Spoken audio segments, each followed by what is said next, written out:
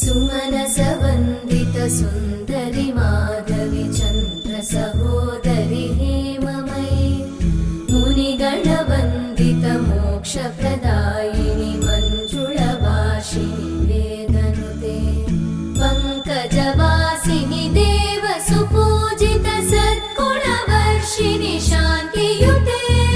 जय जय हे मधुसूदन कामिनि आदिलक्ष्मि जयपाल